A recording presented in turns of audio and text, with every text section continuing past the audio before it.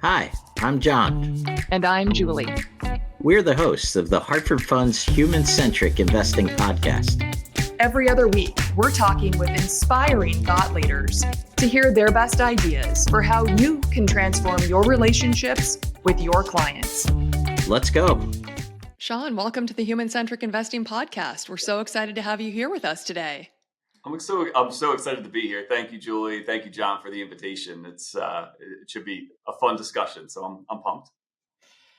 Well, Sean, when we think about the topic of prospecting and networking, it's the one thing I think Julie and I would agree that most financial professionals would tell you if they just made the time to do it, it would probably be one of the most efficient things they could do in terms of return on investment, the time invested versus what it yields. And yet so many of us, we're tending to the daily activities and weekly activities, and it kind of gets squeezed out.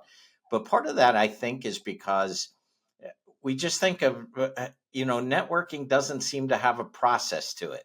The only process part of it, we think, is picking up the phone and calling someone. But I know you say it's different. When it comes to networking and prospecting, you put a process around it. Could you kind of give us an overview of what that looks like? Absolutely. Yeah, John, and you're 100% correct. I mean, networking is one of those terms that people throw around, usually during goal setting, when they say, "Hey, you got to do a little more networking." And it's so amorphous that it's like, okay, what does that mean? I mean, what constitutes networking and what do I get out of it? So the way I've been consistently doing networking and the way I coach and teach my clients is to do it with intentionality. Networking isn't just shaking hands, getting business cards so you can have rectangular coasters all over your desk. Like there's an intentionality to it, right? And so the way I kick off that intentionality with a lot of my coaching clients is I say, when you are going to these networking events, pick one in your mind. It could be a dusty ballroom with 200 people in suits all milling about. It could be a small intimate dinner with 8 people, a couple of prospects, a couple of managers, internal networking, external networking, a PTA meeting, like you name it, right? We're out networking, building relationships all the time. When you are thinking about that event, there's a lot of work to do before the event itself to set you up for success networking at that event.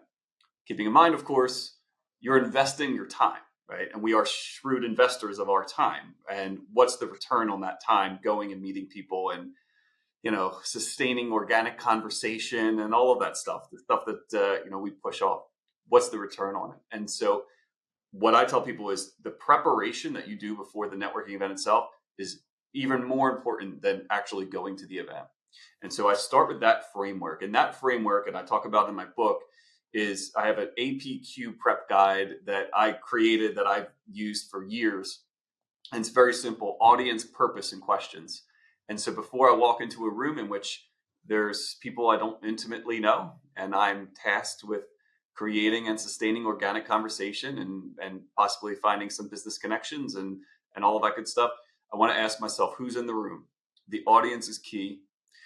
When I don't care what industry you're in, the audiences change and vary, event to event and situation to situation. And thinking about the audience before you walk into the room makes you realize what might they find interesting. How much talking should I be doing? How much listening should I be doing? How do I build a relationship with the people in that room and connect with them with an intentionality? What's a good first impression? Like all of those things come to fruition when you think about, all right, who's in the room. So audience is key. And then the P is purpose. I do a lot of these workshops and I do a lot of public speaking. And I always ask this question. I say, what's your purpose for being here right now? And of course, that's the one no one ever raises their hand because they're like, we don't know. I mean, a lot of times you find yourself in a room and you're like, why am I here? What was the point of this? And if you don't know, then there's no way you can convey your purpose and your importance to the people that you're meeting. So what I encourage people to do is the real purpose might be, I have no idea, or my boss told me to go to this event, or it's the coffee networking portion of a conference or whatever, right? Like, I don't know why I'm here. That could be true. But what I task people with before the event is create a unique and deliberate purpose before the event, even if it feels contrived, even if it's something that you totally had to make up just to have a purpose. Make it up before you get in there. And that way, when you are in conversations and you're at some tech event and you're going, I'm not even in this industry, why am I here? Think of reason. Maybe you have a really close friend that just has a startup in that industry. Well, then take off your employer hat, take off whatever hat you were wearing at the time, and just say, I'm here to make some connections for my buddy, right? See if I can help him out, get some investment connections, get him, some CTO support, whatever. That's my purpose for being here. So once you have that purpose and you're like, okay, that's what I'm representing today, you'll realize the next 4 or 5 conversations you get into are so much more impactful. And people know that, to borrow my favorite term from The Bachelor, they're here for the right reasons, and they know that that's why you're there. And it creates a much more rich environment having a deliberate purpose. And then the last thing I'll finish with is the questions. I tell people, if you take nothing away from my prep plan, take this away. Before you walk into a room in which you're meeting new people, create 2 stock questions that you have in your holster that are open-ended enough to stimulate conversation, but specific enough to be interesting to the people in the room. And the reason I say that, and this goes for virtual events as well and virtual meetings, is we all have that situation where you meet somebody and you hit it off and you're like, oh, Julie, oh, do you know so-and-so? And oh, yeah. Is he still trying to, is he always doing his impressions? He's still doing his impressions. Yeah. And you have a really great rapport and you start laughing and you have a good time and you, hey, you just hit it off. Everything's going great. You feel it, don't you? You feel what's happening. And it happens to all of us. It's just this awkward silence, and it pulls us deeper into it. And every second feels like an eternity, and you don't know what you're going to do, and you don't know what you're going to say. And then one of us has to do it. One of us has to get rid of this awkward silence, and it's always the same thing. Someone says, did you get hit with that snow? Yeah, I know. Yeah, whew, it's really cold, and you start talking about high pressure systems, and you become this awkward meteorologist, all because you didn't have your 2 stock questions. And if you have those 2 stock questions, you can resuscitate any flatlined conversation. And regardless of where you are on the intro extrovert spectrum, if you can walk into a room with confidence, knowing that no conversation will die on your hands, you will be there to resuscitate and to bring back to life that awkward silence and that flatline conversation, you're sending signals to everyone that you're the most confident networker in the room. And so that little bit of prep, and there's a bunch of other stuff I won't even get into, but those are my top items in terms of networking preparation that I think is just fundamental and key that everyone should start implementing. I think that's so interesting because I think so often we're so focused on our time in the room and, preparing our statements and ourselves that we fail to think about a lot of that prep. So I think that's such good guidance. Could we talk a little bit more about that awkwardness? I think because I know that I think so many people get hung up on that part of it. What if I say the wrong thing, or I have that regret, or I leave the room and I wish I would have said something a little bit differently, or I misstated myself, all of those, all that self-talk, I guess, that, then you leave and you think, oh, I probably shouldn't have even gone. How do you work with your coaching clients through that awkwardness? Talk us through that, will you? Just to, maybe get people out of their own heads. What are some tools for that to help people overcome that, especially for people that maybe are more introverted, but maybe even for people that aren't, but then are just constantly criticizing themselves and saying, oh, I should have done this differently or better or coulda, shoulda, woulda. Yep. Yeah, 100%. And that is the biggest, the one part with all of my coaching clients, I say the same thing. I almost celebrate and let's laugh at the awkward moments because this is my vocation. This is my subject matter expertise. And maybe once a week, I have some awkward networking moment that I wish I could take back, right?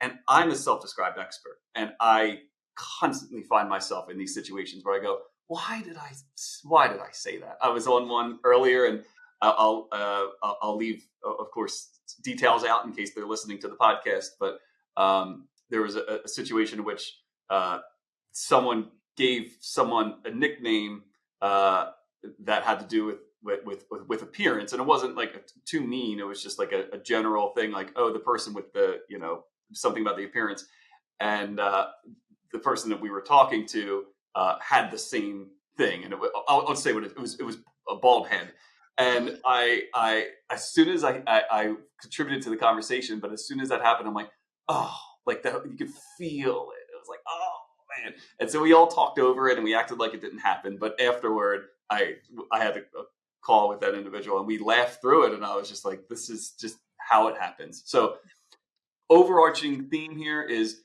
preparation, all of the tips and techniques. All I'm trying to do is limit the severity and quantity of those awkward moments. I cannot make them impossible, right? However, one of the things, especially for introverts, that I do focus on is a couple of things. One is having an easy conversation facilitation metric in your mind, not metric, framework in your mind. And the one I always use, this is the one I created, was the WAVE: work, area, vacations, and entertainment. A lot of times we find awkwardness in our ability to facilitate a conversation. And that's where we start to clam up a little bit. We say things that we go, what kind of a question is that? I remember I asked the CEO when I was a little junior and I was very nervous, and I met a CEO of a client and I said, so how's the new gig? And the way I said it, he was a CEO of a major bank. And I was like, gig? Like what is he? A band moonlighting at like the local pub? Gig? What a loser. And I remember getting so caught up in my head, but it's because I wasn't facilitating the conversation properly. And that's where I think a lot of confidence is bred. And I will say some of the best networkers I know are self-described introverts. They just have a really good plan for facilitation. So work, area, vacations, and entertainment. Work, very obvious, like, oh, so how long have you been doing that? Do you enjoy it? Again, might get you 30 seconds of conversation, probably not a lot. Area is a really easy one that a lot of us sometimes glaze over. I hit it hard. I just met you. I know, Julie, you mentioned Seattle, right? Mm-hmm. So if we had another 5 minutes to kill before we kicked off, that was where I was going to go next. How long have you been out there? Did you grow up out there? Where people grew up, where they're from. It invokes a very personal response without being, without running the risk of overstepping our boundary, right? So area is a very safe place to get people to talk about themselves. And then entertainment, it's very easy, binge watching things, NFL playoffs coming up, and whatever it might be. Very easy conversation topics. V is really important. V is vacations. And this, I won't do it with you. We don't have time. But what I do in my workshops is I ask people where they've gone on vacation lately. Any good vacation plans, winter getaways, any summer vacations.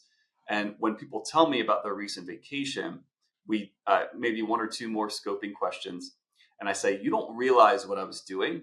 But by asking you if you have any vacation plans or gone on any recent trips, immediately you smile. People love to talk about their vacation plans or where they came back from. So it makes you feel good.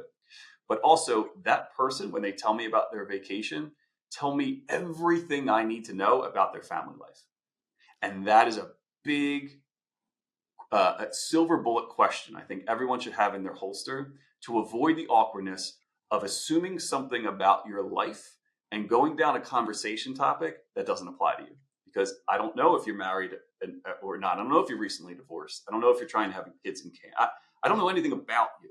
So by stimulating these conversation topics, while they may be innocent and innocuous, I may inadvertently be putting you in a negative mental place.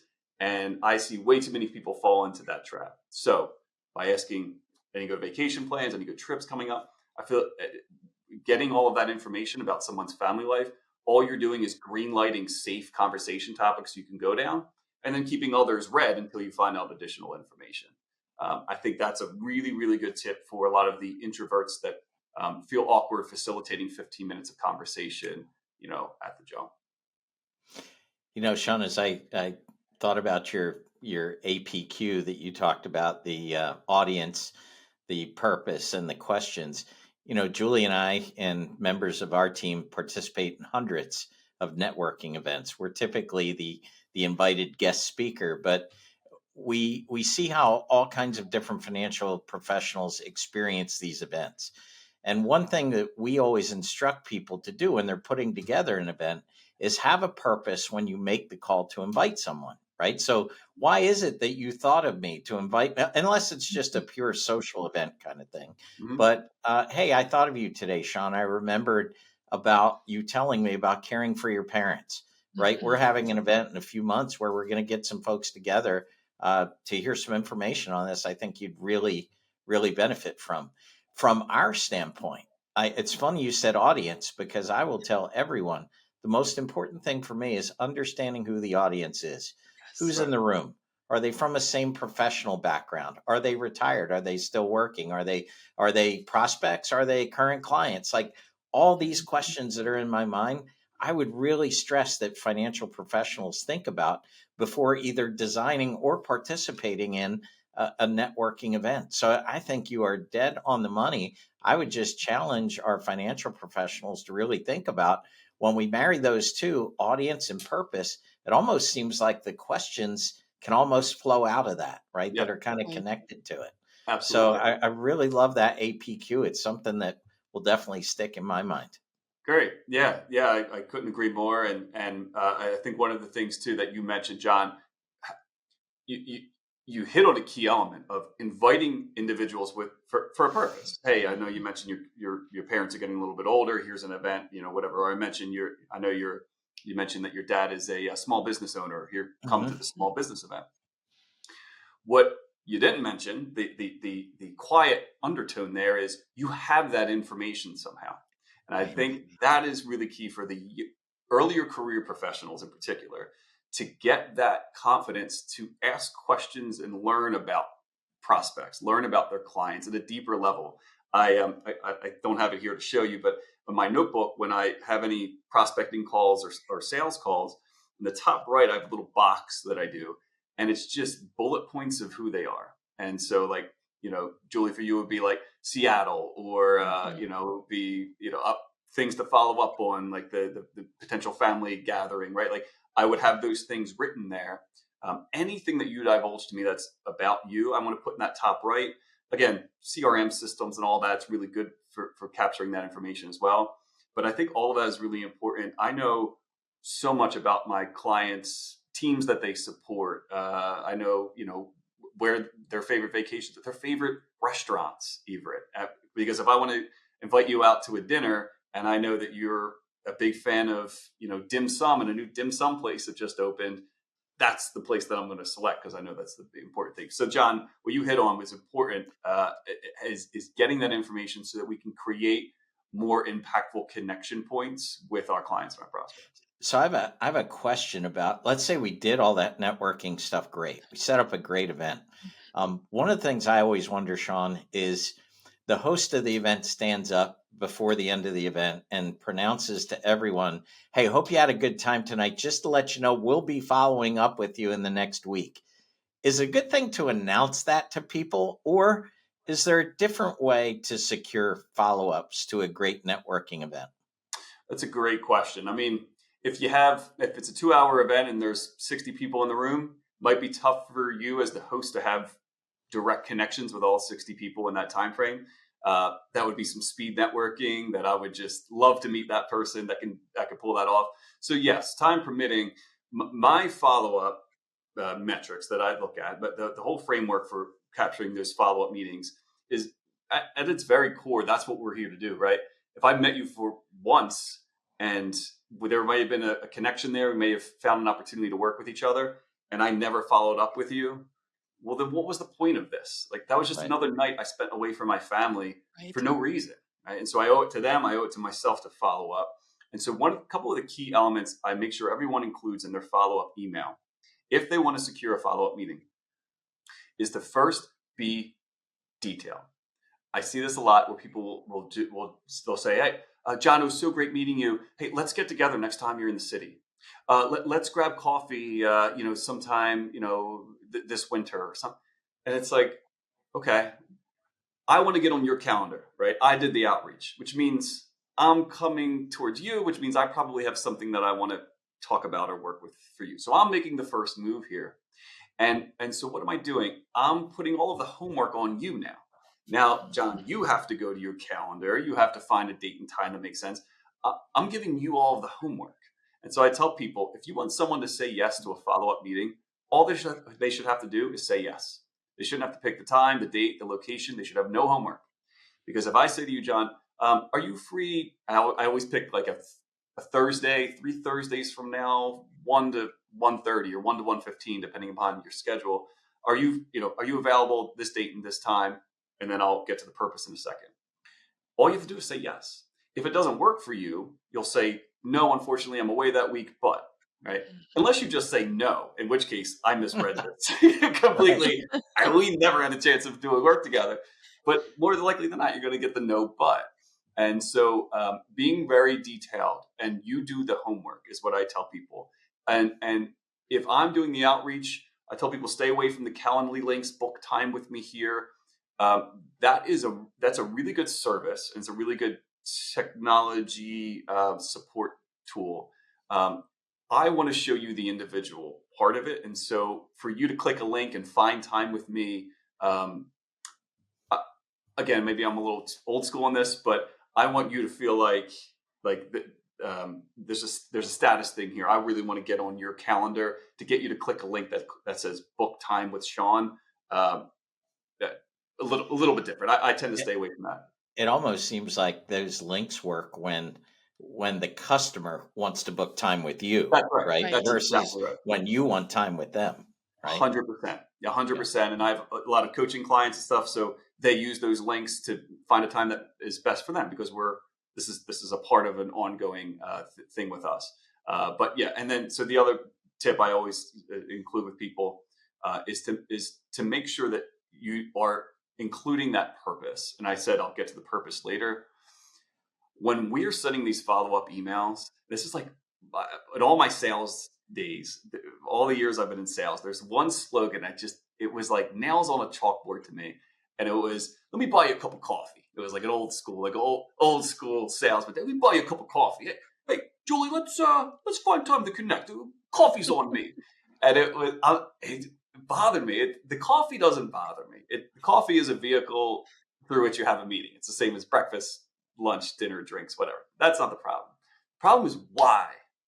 Right. Void of the why, Julie, I'm telling you that a half hour to an hour of your really important time is worth a $5.60 latte, right? Like, why? Why would you meet with me? I'm doing the outreach, which means I have a purpose. I'm just not disclosing it to you. And what I tell people is you have to include that purpose to get that meeting, even if that purpose is unrequited. And this is a big game changer for people because they have a difficult time finding a mutually beneficial purpose. Oh, Julie, let's get together. We'd love to pick your brain. About what? Why? Why? I'm so busy and you want some of my time. Why? And so what I tell people is actually step back and say, what am I hoping to gain out of this meeting?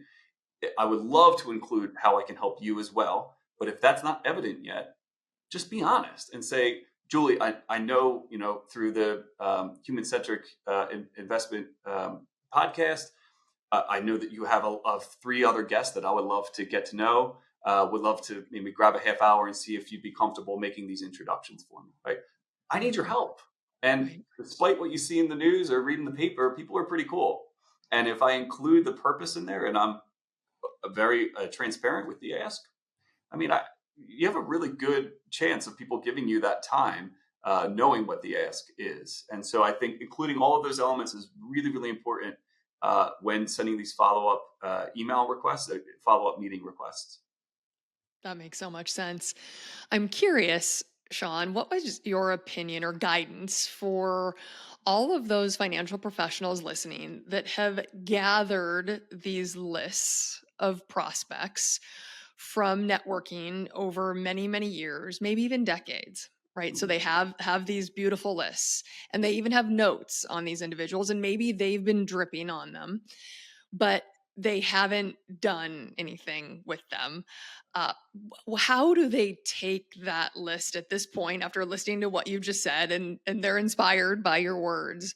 What would your guidance be at this point if they wanted to pull that list out and do something with it today, and sort of enact change? How would you guide them to take the next step on their list of networking that they've spent a lot of nights away from their Yeah. families building and cultivating over many years in the industry? It's a great question because that is one of the most, I think, under discussed issues facing, let's call it client centric professions, is this idea that I have like 1,000 friends and no clients, right? Like I have Yeah. all of these friends, I have this network, I have these Right. lists. Everyone loves Yes, lists. all these lists. How do I turn them into clients? Do I just send them a statement of work and like see what happens? Like, how do I go about this? And I think the reason we don't talk about it is because the main, how do I put this? I think the main apprehension is that these are friends. Like they're in a list, but I've built some friendship of some sort with them. And I don't want them to think that this ask that I'm about to make of them, which is business, presumes on the friendship. That's all this ever was a long sales cycle. And I think a lot of that, I think that's a big hurdle for a lot of us. Is I don't want these friends to think that that's all this was, or that if they say no, that all of a sudden we're not friends anymore. And I think that's always a hurdle. One of the things I coach a lot of people with when you have these lists, well, there's two things. First, more directly, I say, look, if you want to build the bridge, there's a gap between in this friendship that you want to bridge. That gap is becoming a client. Okay. To bridge that gap, you have to build the bridge first and then have them walk over it. And once they walk over it, they've established this bridge has been built. So how do we build that bridge? You all probably do this, and maybe this is just a refresher for some people, but I include this as a part of every conversation I have. Is at the end of that meeting, I'll say, so how can I help you? What can I do for you? Here's an idea or two I had from that last half hour, but talk to me. What does success look like for 2025? How can I help? Who can I introduce you to? I'm eagerly trying to find ways to help you so that I built that bridge. I may not need you to walk over that bridge and help me for years. This isn't a quid pro quo thing. This is just a standing habit of mine to make sure that these friends know that at the drop of a dime, if I can help you professionally and help you become successful, I'm going to do it because that's what it means to be a friend with me. Now, not perfect at it, but I think establishing that bridge up front, realizing making the ask is much more difficult and awkward when you haven't already done something for them, I think is key. Secondly, and this is a part that is a longer initiative. I'll say this: it's not easy, but it's a longer initiative that is really important now more than ever, which is the virtual environment, building a virtual brand.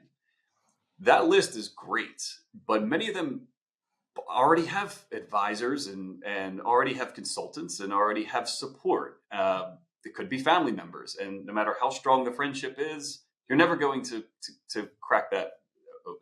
So making that list longer and filling the funnel from the top is also a really good strategy. And one of the best ways to go about that in 2025 is to build your virtual brand. I won't go too deep into building virtual brand because we could talk about that for hours. What I'll say is using LinkedIn as like your number one example, right? We're in this virtual hybrid world we're in. We're constantly pushing, right? Here's some thought leadership. Here's a new white paper. Oh, did you see the new guidance and the new guidelines and the new standards? And I'm saying it in jest, but and it's all really important stuff. Don't get me wrong. Don't stop doing that. But in a world where everyone's pushing, what I encourage people to think about is, what if you created a unique environment in which you're pulling people towards you? And in LinkedIn virtual land, a lot of that is around building your virtual brand around something that is very interesting, something that's engaging or motivating, uplifting. What you all do, you don't have to speak, you don't have to answer this, but I could imagine that hosting this podcast creates a very unique environment that pulls a lot of people towards you. Many of those people end up becoming clients or referral sources or some, people that help you professionally. Creating a unique environment, no matter what it is in this virtual world, is a great way of pulling those people towards you. And Awkward Networker for me is my moniker that and brand that I've developed. That is my pull tactic. And so people discover me because of Awkward Networker, and then they go, "Oh, but by the way, what do you do for like a living?" And so what do you do? And then at that point, I could take that relationship anywhere I want to go, because, like I said before, trying to get on someone's calendar is tough. If they reach out to you, well, now they've established that they're interested in whatever you're representing, and you could take those relationships anywhere you want to go. So that's why I also encourage is don't forget about that virtual component and creating a unique environment that pulls people towards you to build that list out. Well, Sean, I think we could continue with this conversation for another hour, but I wish we could. unfortunately, in the world of podcasts, we're somewhat limited on time. So, Julie and I want to use the last few minutes. We talked earlier about audience purpose and questions, right? So, our audience are financial professionals. Our purpose on the Human Centric Investing podcast is not only to spread awareness or education about the topics that we interview about, but it's also about getting to know our guests a little bit better. So we have prepared some questions where, if you're game, we will fire these questions out to you. We're looking for top of the mind answers so that our audience will get to know Sean Hand a little bit better in terms of the person that you are beyond the profession. So if you're game, I'll ask Julie to start our lightning round. First of all, I am game. And second of all, kudos to you two for not providing any of these questions ahead of time. Like, I've seen this before where it's like, hey, here are the lightning questions. For the listeners, I haven't, they didn't give them to me. So, all right, yeah, let's do it. This is legit lightning question. So, Julie, whenever you're ready. All right. On a scale of 1 to 10, how good of a driver are you? Oh, 10. Oh, yeah. Yeah. I was a valet. That's excellent. That's a high stress job. Yep. Sean, when it comes to vacations, where's your favorite place in the country or the world to vacation? The most frequent would be Ocean City, New Jersey. That's just the family destination for my whole family. So that's our reprieve. I would say, I'm going to sound so like Instagram basic with this one, but Italy, man, like Italy is just, I've been there a few times, and every time I go, I discover something else I love about it. And I swear, every time I'm on Instagram, there's like 6 people in Italy going like, "Oh my God, like, a little cafe." And I get so jealous. So Italy. What's the best age? The best age for me, like my favorite age? Yes. Ooh. I would say because of the life stage at the time, when I was like 21 to 24, I was living in the city, dual income, no kids. I had a Phillies partial game pack. I walked to work every day. My wife and I would go to 5-star restaurants, and man, we had our dog, go to Seeger Dog Park. Those were a great few years. Sean, are you a morning person or a night owl? Night owl. I would say night owl. Yeah. I'm forced to be a morning person with 3 kids. But I would say if I had my druthers, I would be a night owl. What's the ideal outside temperature? Oh, I mean, you know what? I was actually going to say like 65 and sunny, but I love the fall. So I would say like, 55, 60. I like to golf. So like recreational golf, not work golf. I mean like high school buddies, college buddies, golf in the fall. Maybe there's football on later. That's just the best. Excellent. Well, we can't thank you enough for joining us here on the Human Centric Investing podcast to share your insights. And for our listeners, if you're interested in learning more, Sean has a book called That Was Awkward: 7 Secrets of an Awkward Networker. And also, he is a speaker, as he also mentioned. You can look him up on LinkedIn, Sean Hand, or email him at sean@sellbyhand.com. Again, thank you so much for sharing all of your networking insights with us today. We can't tell you how much we appreciate it. I had so much fun. Thank you so much for having me. Thanks for listening to the Hartford Funds Human-Centric Investing Podcast. If you'd like to tune in for more episodes, don't forget to subscribe wherever you get your podcasts. And follow us on LinkedIn, Twitter, or YouTube. And if you'd like to be a guest and share your best ideas for transforming client relationships, email us at guestbooking@hartfordfunds.com. We'd love to hear from you. Talk to you soon. The views and opinions expressed herein are those of the guest, who is not affiliated with Hartford Funds.